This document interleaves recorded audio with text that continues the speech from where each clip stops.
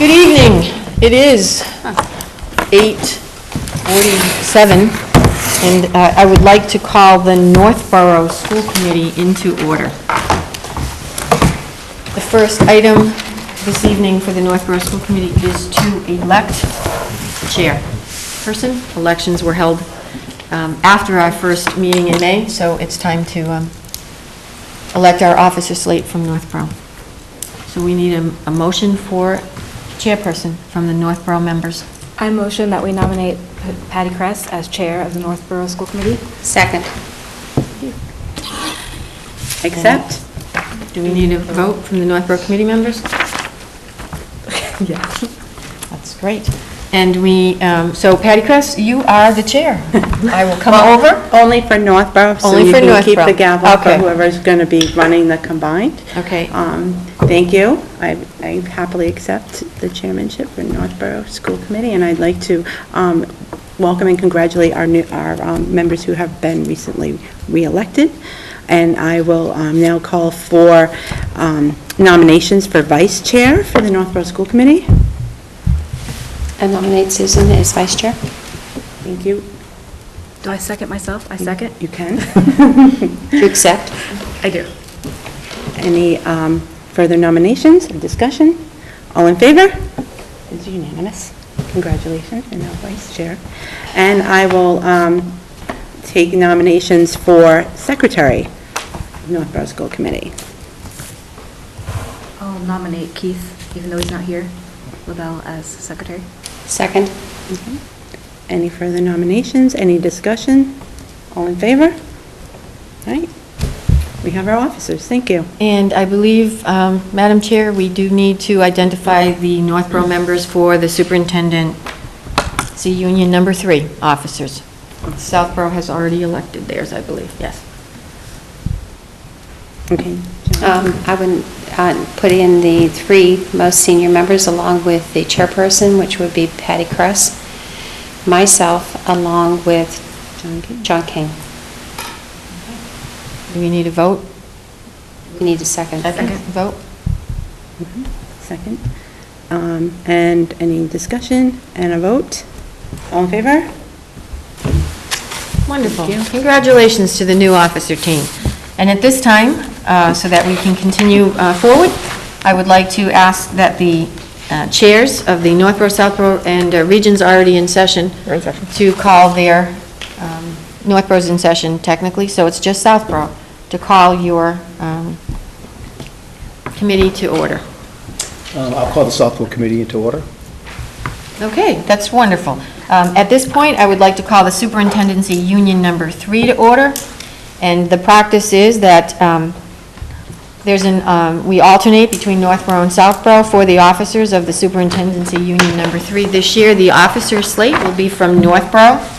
And I will state that the composition of this is 3 members from Northborough, including the chair, which would be Patty Kress, and 2 members. And also Southborough, Jerry Capra, and 2 members. And I believe that was previously identified as Paul Desmond and Mary Beth Strickland, who is joining us this evening. Welcome. Thank you. And so at this point, I would like to ask for a motion for the chair of the Superintendency Union number 3. I move, if I may move that Joan Frank be our chair of the Superintendency Union number 3. We need a second. Second. And at this time, the 6 members of the Superintendency Union number 3 would need to vote. In favor? Hopefully. And I think we have a vote. It's unanimous. At this time, I joyfully hand the gavel off to our new Superintendency Union number 3 chair to continue the election process of vice chair and secretary. Thank you. Thank you for your consideration and your vote of confidence. I was not expecting that. So at this time, I'd like to take nominations for the vice chair of the Superintendency Union number 3. Patty? I'll move that we nominate Mr. Jack Kane as vice chair. Second. Second by Paul. Any other nominations? Nominations closed. All those in favor of Jack Kane as the vice chair? And it's unanimous. Now I'd like to take nominations for secretary. I will nominate Patty Kress for Thank secretary. you. Mary Beth nominated Patty Kress for secretary. Second? Second. Second by Paul. Any other nominations? All those in favor of Patty as secretary? And it's unanimous. Thank you. So we have our slate of officers for the Superintendency Union Number 3. The first item that we have on our agenda is audience sharing. Any audience sharing? Okay.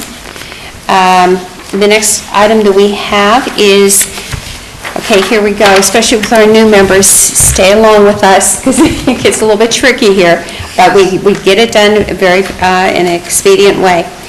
We have actions of minutes of the combined open meeting of March 15th, 2017. So sometimes what we do, instead of taking separate, if somebody serves on several committees, they can make the first motion. We try to do it. Mary Beth. I make a motion to accept the minutes of the combined meeting of Wednesday, March 15th for Southborough and the Union. Okay. All motion for Northborough to accept the combined open meeting minutes of March 15th. Okay. I'll move for the region, and second for superintendents and Southborough. Okay. I will second for Northborough and the region. Okay. So any other, is there any discussion? The motion has been made to accept the minutes as stated. Any discussion, corrections, edits? Seeing that there's none, all those in favor of the motion on the table for all four committees? And it passed. Is there any abstentions? One abstention. Okay. Two abstentions. And the abstentions are for the region? Yes. And abstention for region? Two. So we have two abstentions for the regions. Okay, and they all pass. Thank you very much. Madam Madam Superintendent. Thank you. I will move quickly and pass this to two just amazing, outstanding instructional technology leaders in our district, Jen Trombino and Julie Doyle. This is a topic that we could spend hours on, but I will say that this is a long-standing goal of ours to bring to you this evening the formation of a digital literacy certificate that will be very much a part of our technology teaching and learning, and something that will hopefully move our district forward and do so in a way that engages all of our teachers and our professional staff. So without further ado, Julie Doyle and Jen Trombino, thank you for your patience as always. It always goes longer than we anticipated, and you've had full days today, so we turn this off to you. Great, thank you. Well, we're very happy to be able to, you may talk into that. So we are very happy to be able to come here and tell you a little bit about the development of this digital literacy certificate. It comes directly from one of the professional development goals in the technology implementation plan to create a district-wide digital literacy certificate for educators, which demonstrates a level of teachers' technology proficiency. So we have, in the district, developed over the last 2 years a digital literacy leader team. These are teachers from all of our schools, so all of our schools are represented. Some schools have more than one. The high school has 6 digital literacy leaders that are part of this team. And they're self-selected, so they're not people that get nominated or elected, or they select themselves to come and participate and take on this role. What they do is they provide school-based leadership in the area of technology and digital literacy. They share effective technology integration within their building with their colleagues and with each other at our meetings. And they partner with the instructional technology team to implement all of the goals of the district's technology plan. And then they assist in the development of professional development, which this certificate is part of. So the certificate, we spent the last 2 years actually working on this, and it's in the development stage still, some of it. But what we have accomplished so far is a framework for the certificate. Teachers can go through the 5 modules, and then when they complete it, get the certificate and be able to get in-district salary credit. And hopefully, the goal is to be able to get graduate credit eventually. The 5 modules are all aligned with the Iste Standards, and there's a heavy focus on letting it be very personalized for teachers. So these are the 5 modules, bless you, that, and the framework for the certificate. So they start either with the Essential Skills module, which is the module we have finished developing. The digital literacy leaders have piloted it, and now the NASA team, or a bunch of the NASA team, is involved in the launch of this, which is wonderful. If a teacher already has all of those essential skills, and we'll tell you what we have defined those as, then they would actually skip and go right into the 4 modules and work with those 4 modules and then complete a capstone project. So we don't want people to have to go through a module of skills that they already have, and we want it to be very purposeful what they're doing. When the digital literacy leaders sat down and spent a year conceptualizing what should this look like, what do we want teachers to be able to do, what would be a really innovative way to get all of the different goals met that we have around teaching and learning. So the number one thing that came up was that we wanted teachers to have choice. We wanted to be very personalized. We wanted whatever it was that they were learning to be useful to them immediately, fit in with their own goals, professional goals. And we also decided that a blended model would work best. And that would be having some face-to-face time and then having individualized time where people work at their own pace on their own projects. And we built in some collaborative work time so that a cohort could get together and learn to support each other in developing whatever skills or projects they were making. Then the next couple here, building context and capacity for learning, resiliency, adaptability, and attitudes toward continued learning. These 3 really fit together very well because, as we know, technology changes daily, sometimes by the hour. So there's a lot of mindset that has to develop around being able to find a resource to learn, to be able to adapt to a change. As something updates, and you need to be able to keep moving forward. So those are skills we wanted to be able to develop in our teachers as well. And then finally, we really wanted to make sure that whatever skills and competencies that we were trying to get from them were going to be amplified by the instructional technology that we have in the district. The creativity, communication, collaboration, critical thinking, you may have heard the 4 C's referred to. That's a big piece of everything that we're aiming at around these modules. And then the higher order tasks and questions and thinking that we want our students to be doing. We want whatever work that comes out of the modules to be bringing this out in our students as well. I'm going to pass the microphone. So Jen mentioned that all of these modules are based on the Iste Standards, and I don't know if you guys are familiar with Iste, but Iste is an organization, it's an advisory organization that's been in existence for over 40 years, and it stands for the International Society for Technology Education. So they have standards for teachers, they have standards for students, they have standards for administrators, all technology-based standards. So we are referring to those standards very often as we create these modules. So the content of the modules will be delivered using what we call a blended learning model, and Jen started to explain that. Blended learning is a combination of face-to-face as well as online. And after the groups are organized to participate in the modules, we're going to be scheduling collaborative work times, and those collaborative work times will be facilitated and supported by our technology team as well as those DLLs that Jen mentioned. The modules are being developed in our new learning management system that we're adopting for next year at the high school, which is called Canvas, and that was brought up earlier this evening. And the first module will be developed in Google Classroom. It already actually has been developed. Just to build on that, so the Google Classroom is the learning management system a lot of our teachers are using right now in the middle and the elementary schools. So that module will become the digital literacy essentials module for them, and then the high school will be using Canvas for that first module, the essential skills. So the modules, these are the 5 modules. And again, they don't have to be in any particular order other than the digital literacy essentials would be a starting point for someone who really needed a lot of those essential skills, and the capstone project would be the ending point. But overall, 5 modules would be completed for a certificate. The first one up at the top there, digital literacy essentials, that is the module that's completed and is being piloted.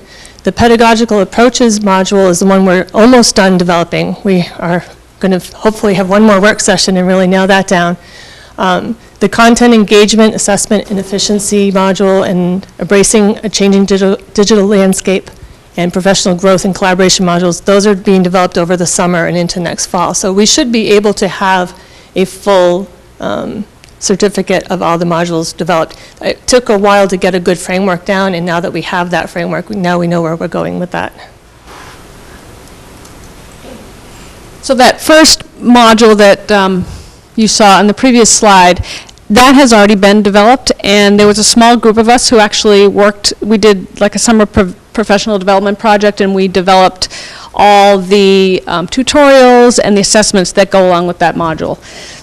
That module focuses specifically on the essential skills that go along with what we call Google Apps for Education, which is widely used in all the schools, K-12. Also on the use of mobile devices, specifically navigation, troubleshooting, and some of the really key learning apps.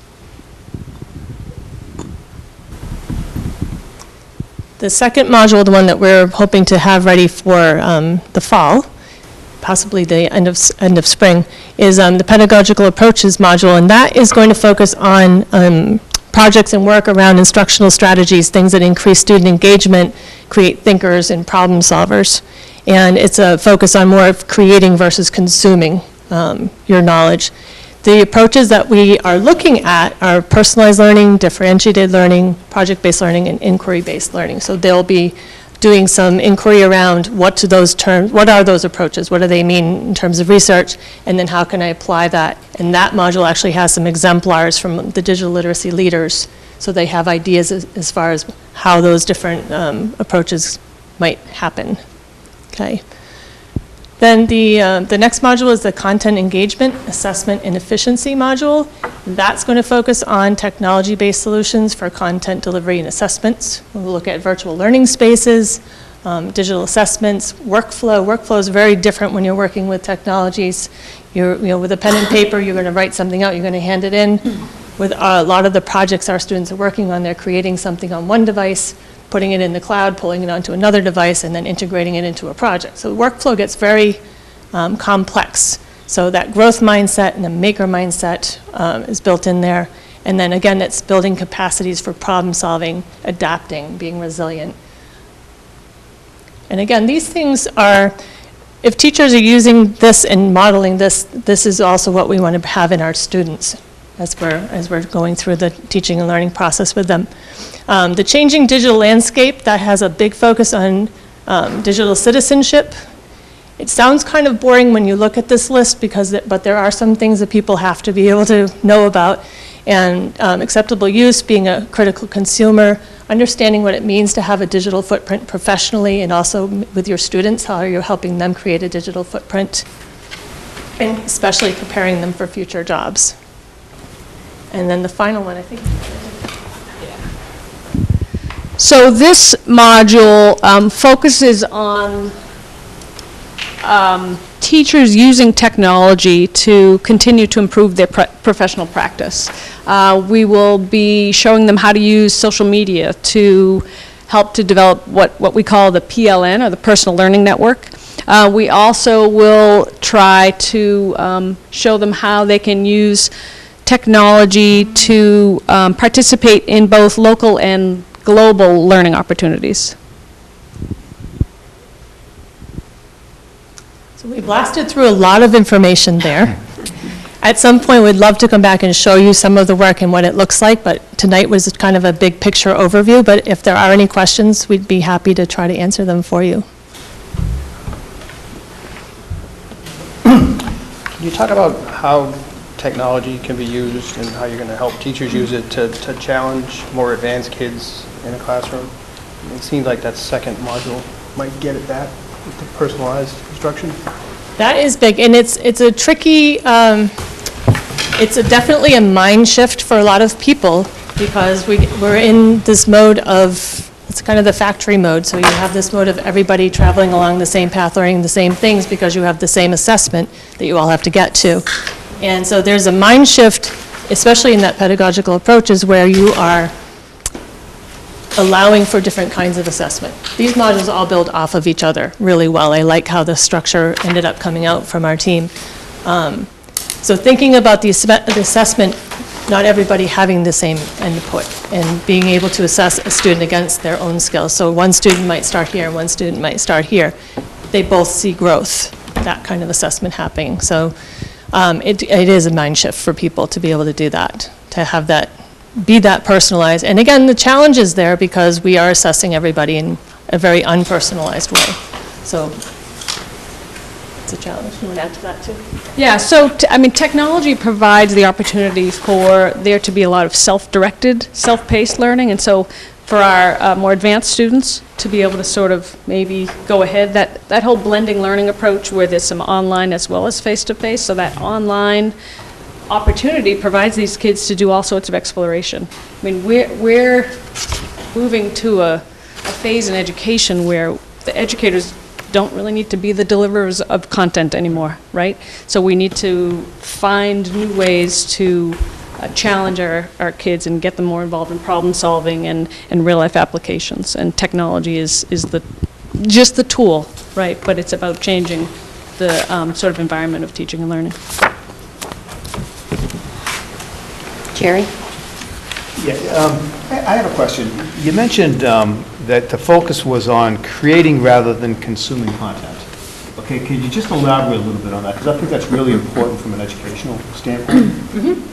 I'm sure we both can, because we come from different places with that. But, so that would be the difference between having a workbook that a student is going to just go through and get the content and just consume it, versus going out and doing the research or working in a collaboration and to solve a problem and creating a product that shows your knowledge. So you're creating content to demonstrate your knowledge and your learning versus just taking that workbook and then taking a test and saying, see, I learned everything in this book. And do you want to add to that? Because you do a lot here with... So I think for years and years, students have been taught by sitting in a chair and having someone teach them something, and I think they're so used to doing that. And so this whole shift of having them be active learners and to participate more in their learning and the direction of their learning is tricky. But to be able to create something and to learn all these digital media tools will help to prepare them for college and career. So, yeah, to be creators as opposed to consumers. Any other questions? Mary Beth? I think this sounds wonderful, and I'm glad that our educators are, excited to do this. I'm just curious, how much time commitment? Do we think this is just curiosity? That is an excellent question. So it is designed to be around 35 hours, so 5 modules at 7 hours per module. Again, the digital literacy essentials module, some person might finish it in 4 hours, someone might take 17. And that's something that we've kind of taken into account. But the other modules themselves were designed around about a 7-hour commitment. So it's very doable. And the idea is to work in cohorts. We've talked about possibly getting cohorts that have either a common subject area or a common grade level, or curriculum leaders, things like that, so that those cohorts are also building capacity in their specific. Great. And they can combine projects. We want them collaborating. So if you had a first grade team going through pedagogical approaches, and as a first grade team, they decided they wanted to try something, those 7 hours times whatever number of people in that cohort is a lot more work in there. Do you want? Lynn and then Patty? So you mentioned early on in your presentation about how right now it's in district credit or something, and hopefully you want to get it to be graduate credit. What steps do we have to make in order to, because it's 35 hours, it's like a fair commitment. So, and I know, the teachers have requirements to get their masters at the same time, like in the first 5 years. Do you want to speak to that? What would be that requirement So one of the things that's very exciting about this is the whole premise behind the digital literacy certificate was really based on some of the questions that Jerry and Paul asked, that in order to provide that learning environment for student, we had to ensure that we had an equity of access to teachers who understood the importance of teaching and learning in this environment.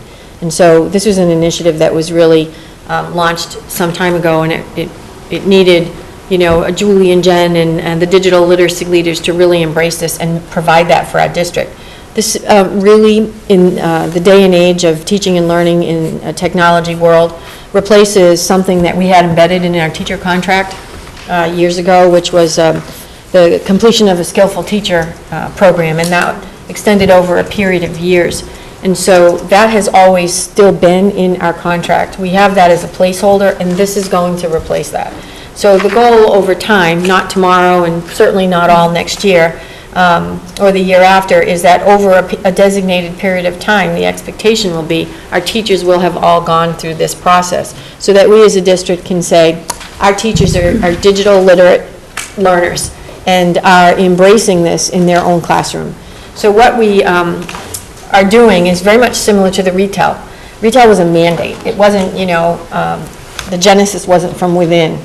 And so we used a 3-credit in-district model to encourage teachers to participate in that retail because it was good for them and it was good for our school community. And we're launching that similar structure, which has been very successful, just like the skillful teacher was. So we have good practice there. As far as the graduate credit, this is actually very exciting to us.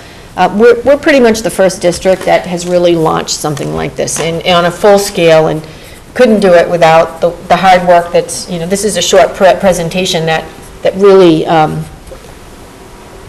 sort of encapsulates days, hours, multiple folks coming together and brainstorming. And we've talked to Worcester State University. As we know, Worcester State University has a cohort of administrators going through the process. They tomorrow will be halfway there already.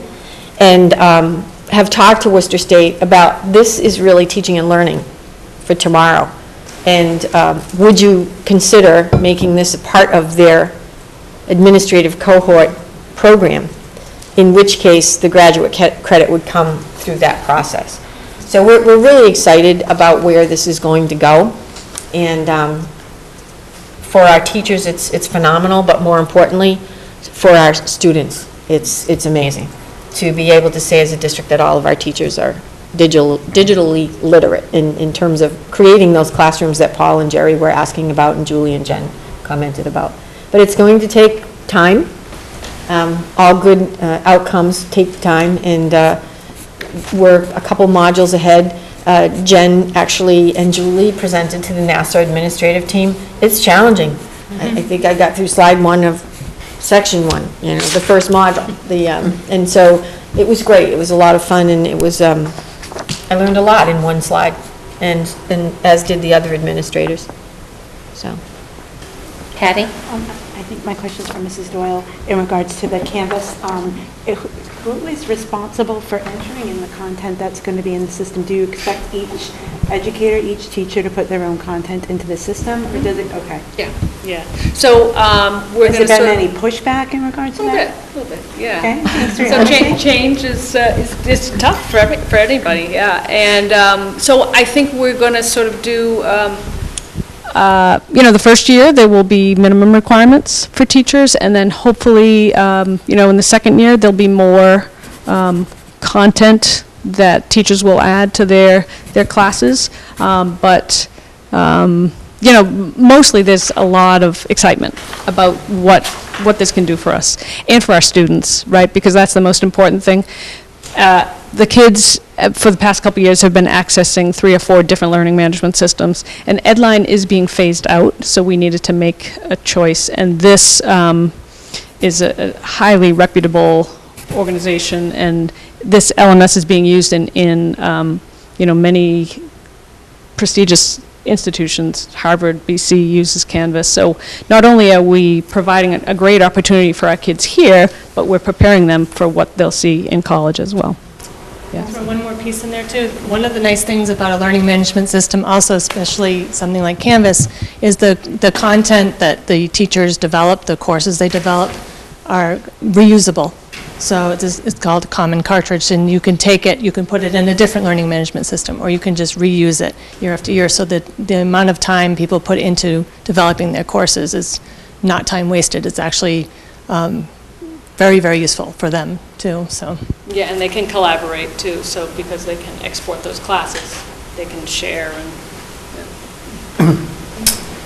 Any other comments? I just had a comment that I think it's a win-win situation for our district, because besides the graduate credits, if we can get that, all the teachers have to be certified within a 5-year window period, whenever that should be. But something like this with 35 PDP points would definitely help to facilitate, even if someone has that advanced degree or they're at the end of the columns with, as far as they can go with master's or doctorate. So I think it gives them, it's wonderful that we're doing that, and that component of the standards that we're providing for the teachers, rather than them having to go out and do something separate, we're allowing it to do within the district and to work together. My question was on the page 2.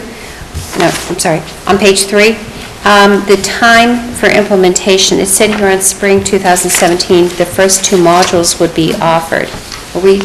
Is that going to be in the fall, or do you have somebody going through it right now? We have the NASA cohort going through it right now, and then, or most of the NASA cohort going through it right now. They're very busy with a lot of other things, so it's a good thing it's self-paced. We were thinking of doing something in the summer with it, because we wanted to get it rolling out, but we also wanted to make sure we had something for people to fall into. So if they don't go into the digital literacy essentials module, if they're ready to dive right into pedagogical approaches, that they have somewhere to go right away. So we've moved it up a little bit so that we know that when we do roll it out, people will have choices and it will be successful. We'll have been vetted, all the different resources that we pulled together. Okay. Thank you very much for the development of this. This is very exciting. Oh, Lynn? Yes, before we close on this topic, I really want to extend just a tremendous kudos to Greg for working with this team, for moving the work along, and for really providing guidance and coloring in what was really just a shell and a framework. So working closely with our instructional leaders, who really are instructional leaders in the district, and our tech team, and just Greg providing that guidance and that support and opportunity for sort of creative problem solving has been tremendous. So, And I'd thanks, like Greg. to publicly thank Julie and Jen for their leadership. And it's one of the joys of my job is I get to work with great, talented people, and so it's it's exciting work and more to come in the future. Thank you. Thank you.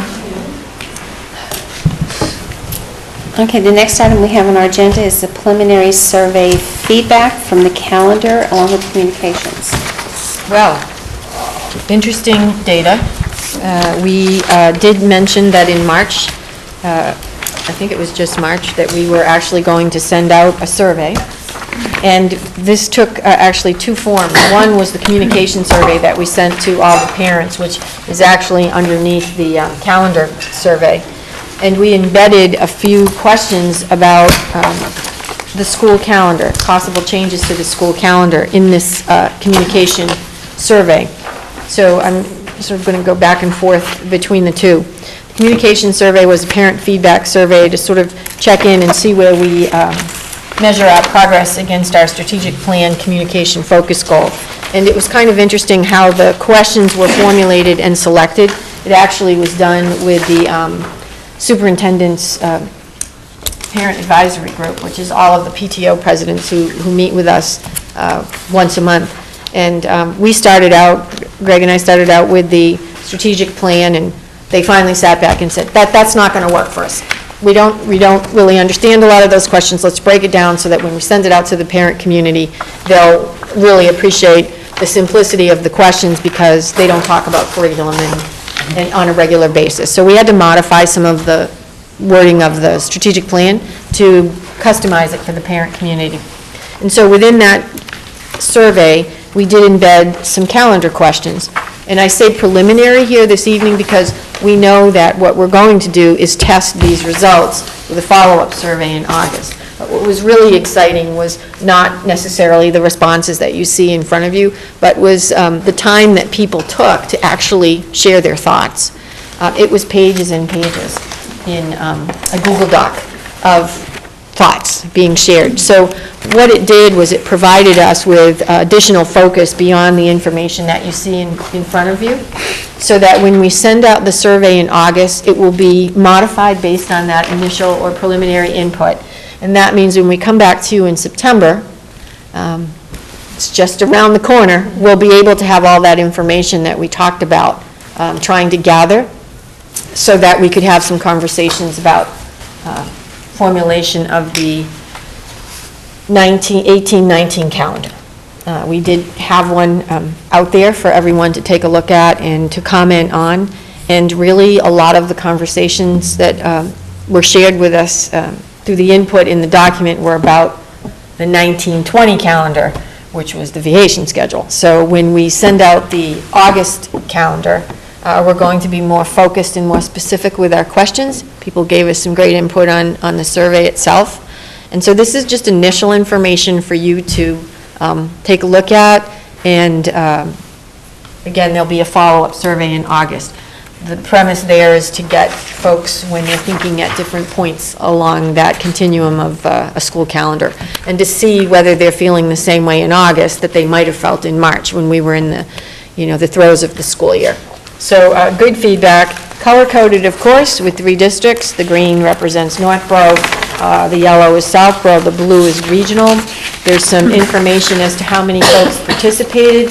It's in what you think is reverse order. So the smaller bar, the shorter bar is actually the most preferred in this schedule. I think we're going to flip it a little bit and try to... It's hard to read. Right, and try to, measure that a little bit.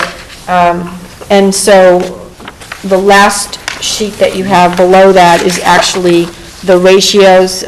Lynn, this might help. On the last sheet, it's the rating averages representing the bars. So we learned a few things in the process, and we're going to improve on that on the second survey, but it was good preliminary data as a starting point in our conversations. Overall, what will finally happen when we've tested all the survey is there will be a detailed report generated and an analysis of all the information as we move closer to working on the next phase of our strategic plan, because it will expire in 2020. And so this was purposeful to see, just to check in how we're doing, so it'll help us develop our strategic goals for the next version of as we transition to the next plan. We could probably spend all evening just talking about this data and what it actually means, but wanted to get this out for you folks to take a look at. Would love to get input through the chairs on, what suggestions we might want to make for the next survey, and or questions that you might like to offer as we go forward with that. What was interesting in this survey is the teacher responses and the parent responses were pretty close. But we do need to work on, recrafting the questions. So we'll be doing that and bringing that back in September. I have a quick question, can I? So the option of, I'm new here, Tara, I'm on K through 8 in Southborough. Oh, hi. Hi. We forgot Paul too, so it's. So the option of no religious holidays, are there other districts that have done that, have dropped their religious holidays? Is that right? Yeah. Most of them. There were districts that never had them, and then there were districts that dropped them, and there were districts that kept them, and then there are districts that are modifying, so it's sort of all over. Okay. We have the data that shows what our neighboring districts are doing. We did do that in the early spring, so it could change actually between now and September, so we'll want to update that and bring that to you as well in September. Interesting. Yeah. In fact, the day we sent this out, Superintendent Survey Association sent a survey out to all the superintendents, surveying exactly the same thing we were surveying. So it's not unique to our district, and what's also good is because they sent that out, we have additional data as well. So. Any other questions, comments? Okay, the next agenda item is, sorry, Lynn. Quick question. So, On this bar graph, so the reason why it's hard to read is typically I think of bar graphs as being number of people who answered a particular response as opposed to like, you know, so like, you know, the bell curve kind of thing like that. So that's kind of disconcerting here. You had me excited there for a minute. Now you're giving me agina. But There's the bell curve, so, did we have any questions about how we should accommodate people who have religious, who need to take those religious, because we heard from, you know, the article in the Harbinger about people that already are facing this difficulty and have faced the difficulty. Right. But do we have any, you know, reach out to those communities? Have we done that? Do we plan to do that? To the people that would be affected, and also the people that are currently affected, to determine the best way to accommodate the students? So that's an excellent question, and in fact, that's the question that we've posed to our faculty. So I think it begins in the classroom, and how consistent are we in responding to those kids or those students who are saying, I'm going to be out of class tomorrow because I'm observing a religious holiday that's celebrated in my family. And so I think, you know, we talked about that being a primary concern, and of all the things that we've heard, and some of the comments that we got back actually was, what if my child takes this day off? Or what if my child, you know, wants to observe this holiday? And for us as a school community, that is the response we have to get to.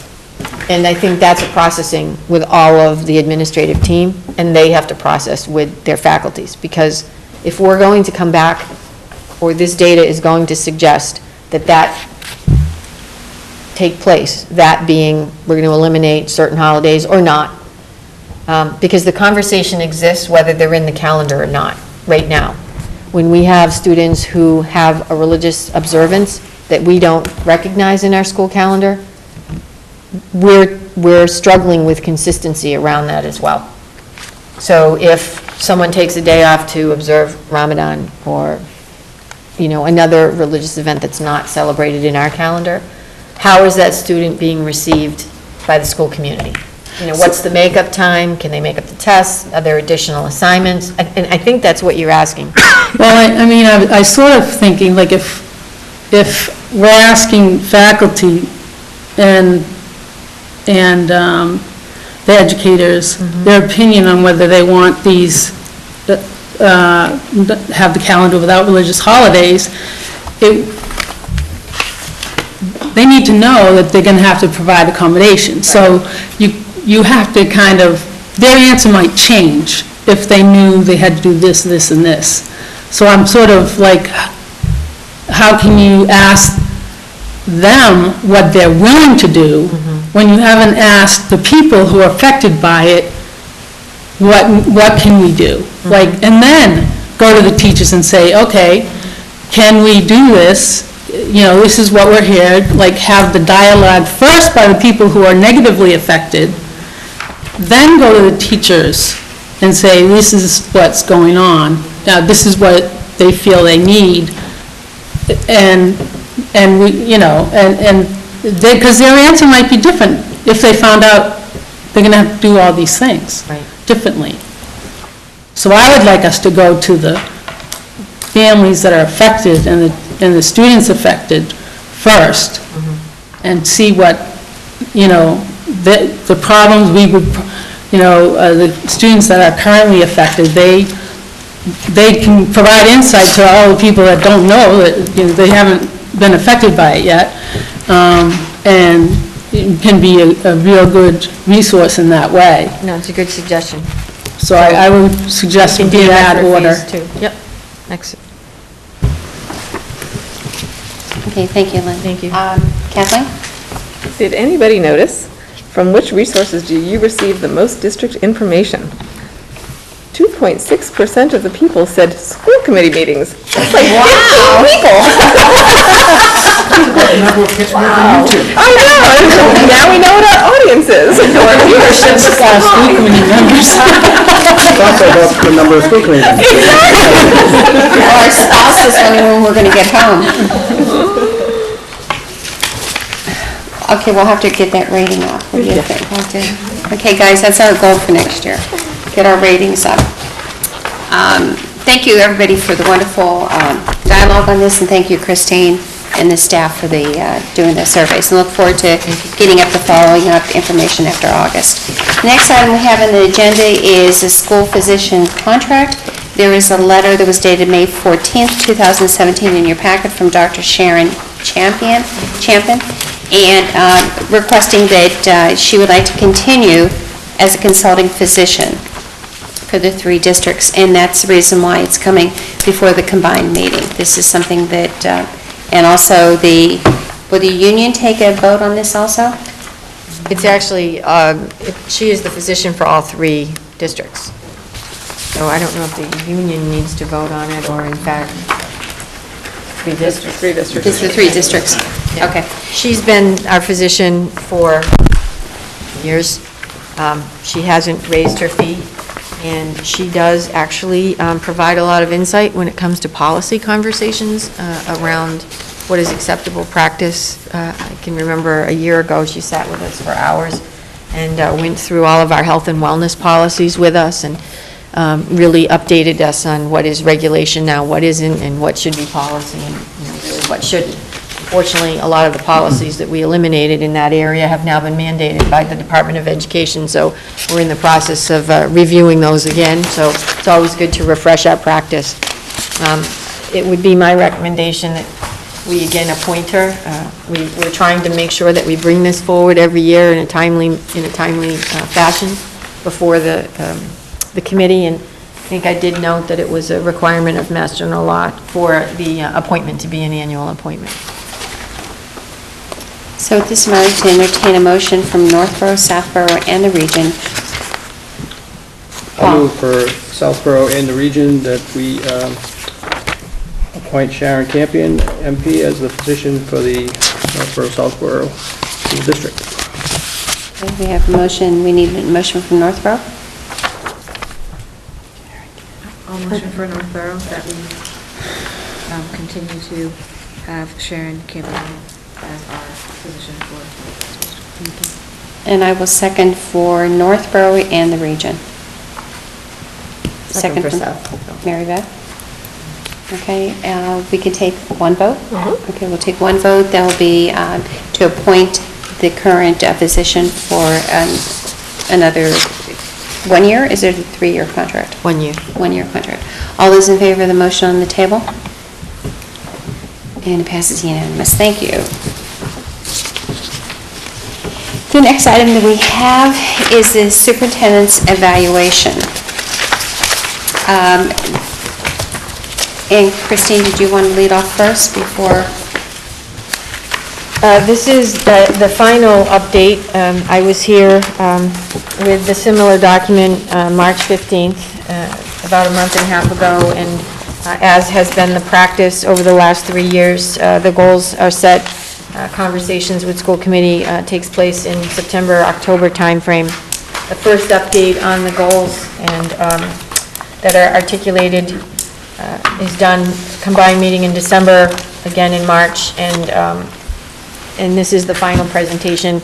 Throughout the process, I've tried to sort of color update the progress as we've gone through, and before I identify the growth in the last month and a half, as indicated by the blue, I thought a lot about this after, when I attached sort of a highlights page at the end, and oftentimes when you're, superintendent, you're thinking project, event, occurrence, rather than the overall experience of being superintendent in a district that I continually say is in a magic bubble of success and growth.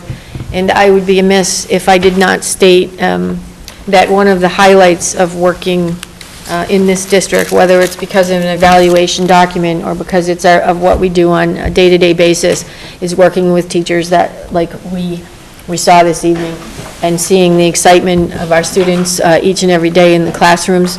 Unfortunately, something I don't get to do as often as I would like to, attending an event and seeing just really the joy of being part of an educational experience that I think happens to be second to none because of the quality of teachers and administrators, the support of the parents and the community that we enjoy, you know, never more so at town meeting.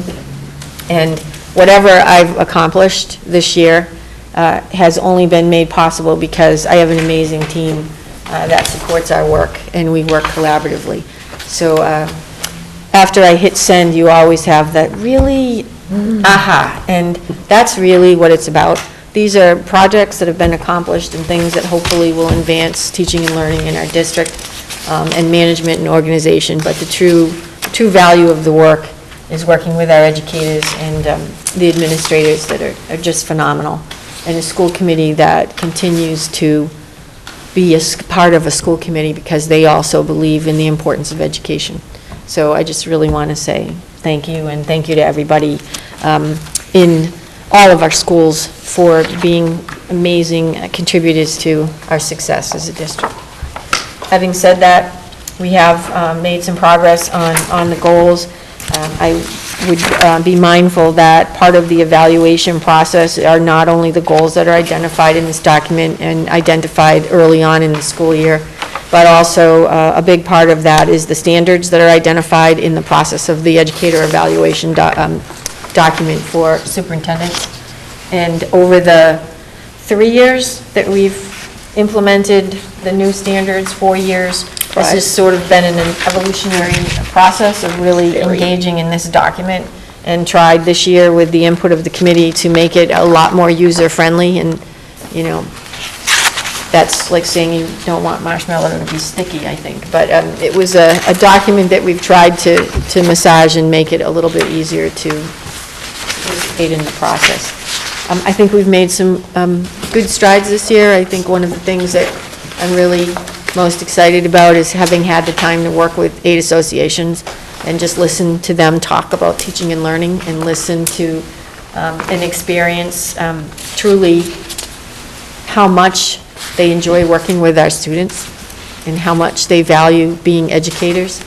And you'd think that would be a strange thing to have conversations about when most people think about contracts, about money and so forth. But the real value this year for me as superintendent was carving out that time to just listen and just have them share their thoughts about lots of things. And most oftentimes it had nothing to do with actual increases in the contract. We've made some, I think, great growth with technology. This is a perfect example of teaching and learning and innovative practice. This isn't done anywhere, and it's a lot of hard work by teachers, hours and hours beyond the school day, which is their commitment to, shows their commitment.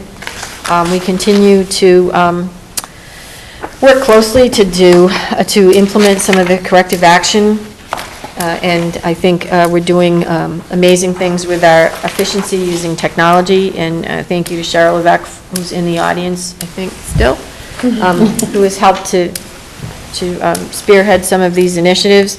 As you know, we did appoint a new district treasurer, and through her good work, we are also working on some of those corrective action steps. We talked a lot about the implementation of not only a new learning management system with technology, but also the implementation of some modules in our systems, financial packages that are going to increase our efficiency, which provides more time for teachers and educators at the building level to do their work because it's less data-driven. Also, the solar, I would say one of my disappointments is that I can't present you the signed contracts, but I can say that the work or the time was worth the wait, because the legal counsel from the Tie and Bond, which was the awarding consulting firm for them to conduct Phase 1, has agreed to embrace the increased liability language that our legal counsel wanted to see present in the contracts. I did have a conversation with Fran Hoy, who's the Senior Vice President for Tie and Bond, and he has assured me that despite whatever time has passed, they're not planning to change their original proposal as presented to us through the RFP process. So there's no price escalation in any of that because of the delay. And that while not the same time to realize the timeline they presented in the RFP, they're feeling fairly confident that we can move along at a faster pace. I have shared with our town administrators that it is our intent to sign this agreement as soon as the liability language is embedded in the new RFP, and we are going to move forward, and I'm sure they will follow suit, but I think we need to move forward on this initiative. So they're somewhere in Argentina, and Fran Hoy's legal counsel was going to contact our legal counsel. Yesterday, actually Monday, I talked to Greg Pagnini, who is Naomi Stoneberg's new liaison to our district, and he hadn't heard anything, and I asked him to call them directly. So the sun will shine, and hopefully we'll be able to get that moving. So that's one of the things that I'm a little disappointed about.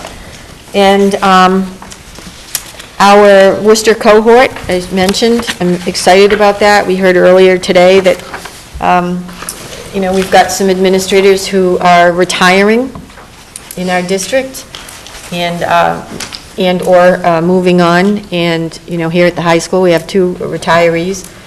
I wish the cohort was completed because there are still 10 teachers in there from Algonquin who are part of that process. They're halfway through. And we started that really so that we could build that next level of leadership from within our district.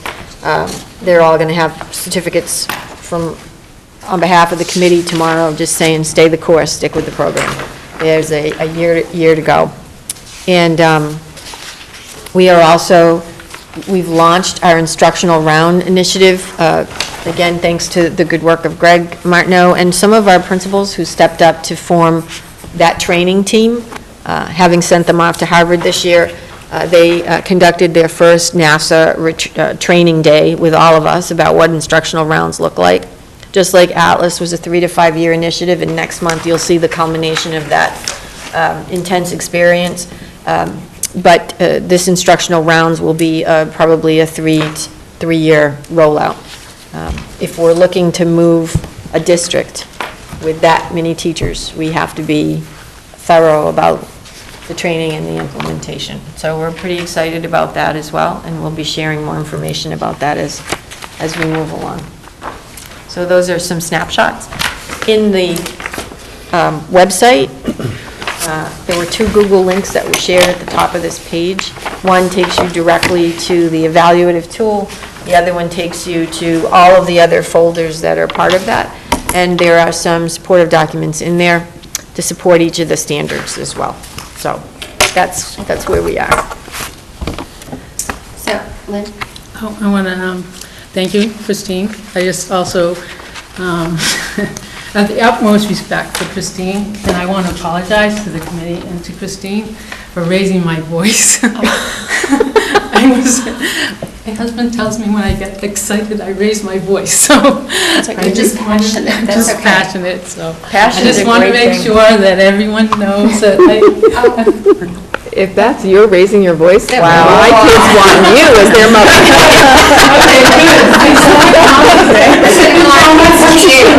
And we should be around central office. There's a lot. Okay. I'm watching the Southborough and Northborough right now. I'm sorry. I just get so excited. Sorry. Thank you, but I really appreciated the input, and we're going to take that and craft that document, so thank you. No problem. I think we all get passionate at different times. We all have our I'm glad you all looked issues and what we surprised at me, enjoy. then I was like, okay, maybe it didn't come off so bad. No, it didn't. I mean, I'm saying, like, I'm glad she's looking at it that way because I'm learning from you by looking at those graphs and the bar graphs. So, Christine, thank you so much for your work. You've made this, and Christine has made this so concise with us with all the dates, with the links. Usually the evaluation process, which now goes to us, which is the hardest part. You have made it easier for us. So I'd like to thank you very much, and thank you for the hard work and setting up the goals. So the evaluation instrument was sent by Kathleen to every member. Make sure that you have had it. Well, It's also up here. it's linked through this document, which was Okay. sent to everybody. So, I think sort of as a summary to this meeting, we'll probably send a, wrap-up email.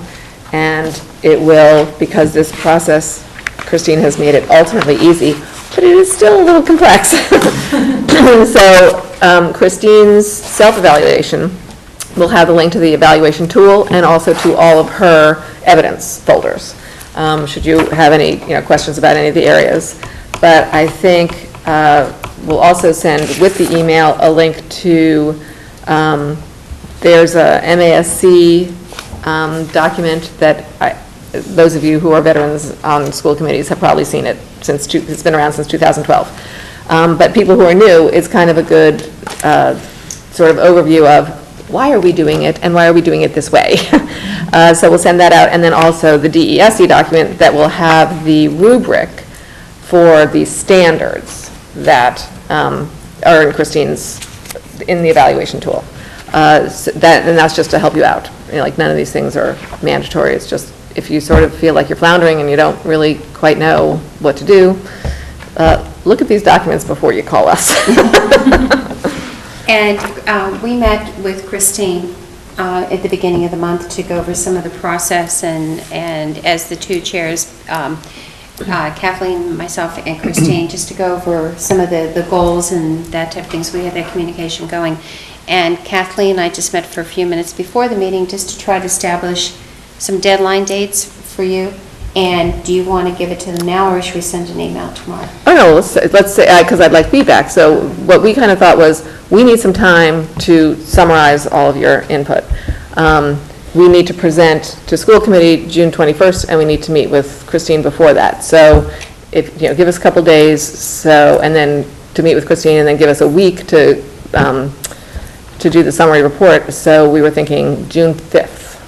Is that enough time for, it's a Monday, because we realize that you guys probably do this stuff over the weekends. And you look like that's not good. And it's also, For me, it's not that, it's graduation weekend. it's graduation weekend. See, that's what I'm not in tune with. Can I do it by Wednesday? And that's why we start with June 19th. Yeah. But that is, Some of us can probably have it by June 5th. yeah, if you don't have a graduating senior, then if you could have it by June 5th, like, do it over the weekend. But obviously, it's graduation weekend, and we're not gonna. And not that I can't start it now, but. I know, but, life happens. But if you have a straggler or two coming in later, it doesn't matter, right? So I think most can get it by the 5th. Right. Yeah, because what we try to do is build consensus in all the individual, and the comments are the most, I'd say, time-consuming, because that's what you're trying to build the consensus through. So, yes, you may. And if some of you get it done sooner, you can send it. So what we do is, regional members would send it to myself, and the union members would send it to Kathleen. And if So you're it's the opposite. Oh, no, it's not the opposite, because it's from last year. It's So from you're last right. year. I've already stepped into my new role. So, and then if a regional member is from Southborough, would you rather send it to, it doesn't make any difference, because whoever you send it to, we're going to be working with them. So either one, whoever you would prefer to send it to is fine. And this process that we have is the same evaluation tool that is used for educators. The principals would use with teachers, they've got to do, they set goals at the beginning of the year of a 2-year process. They have to go to the standards, they have to have evidence in their portfolios to support the goals, and I'm sure that Christine does it with the same kind of variance of the evaluation tool. So what's great about this is that the hierarchy all the way up is using it, and it's nice to have that portfolio of evidence, which is something new that we haven't had, we've had in previous years, but not the whole tenure here. So any questions on the superintendent evaluation process? If you have any questions, you can send Kathleen and I, or send it to Christine, whatever means of communication, if you have any questions on the process, or you can't open up some link or something. Okay? I'd just say the most important thing is make sure you're signed into your Google, your NSBorough Google, like when you're in Google Chrome, make sure like you're in your NSBorough Google account. Otherwise, you're not going to get anything. And I tested the links again, and in fact, I brought the setup, but I tested the links again today, and they're both live. So one takes you right to the rating sheet, and I think this is something that the committee was confused on a couple times. There's one for the goals, which isn't, it's very important, but then there's the one for the ratings, which is really what is, those are the little dots, and that's the part that's the actual rating. So that takes you right to that, and then the other link takes you inside the whole folder. And, it's really a compilation of your own experiences working with the superintendent. That's really what informs a lot of the evidence, as well as whatever I might share with you, so. Okay, and... Good luck. Thanks. Our next scheduled combined meeting will be June 21st, and that will be chaired by Kathleen. For those new members, we alternate the chairperson chairing the meetings, the combined meetings from Northborough to Southborough and from the Union to the region. Any agenda items for the June besides the superintendent's evaluation? Okay? Oh, yes. We're going to have an Atlas, the end of Atlas update, all the model units. Wow. We're going to take you inside the construction zone. For 5 years, we've been saying it's a construction zone, but it has been constructed. Wow, so we're excited about that. That'll be fantastic. So we'll have the Atlas final documents. Okay? Right. In its current form. Okay, and before we adjourn, we do have an executive session, so I need a motion. Paul? I'll move for Southborough, the region, and the union to move to executive session to conduct contract negotiations with non-union personnel and not to reconvene in open session. So Paul, you did it for Southborough, the region, and? Union. It's a triple. That's a triple. Triple play. Okay, so I need, I'll motion for Northborough to enter executive session to conduct contract negotiations with non-union personnel and to not reconvene in open session. okay, I need seconds. I'll second for a region. Second for Southborough Union. Southborough, Mary Beth. And I will second for Northborough. Okay, this is a roll call vote. Yes. Yes. Yes. Yes. Yes. Yes. Yes. Yes. Yes. Yes. Yes. Okay.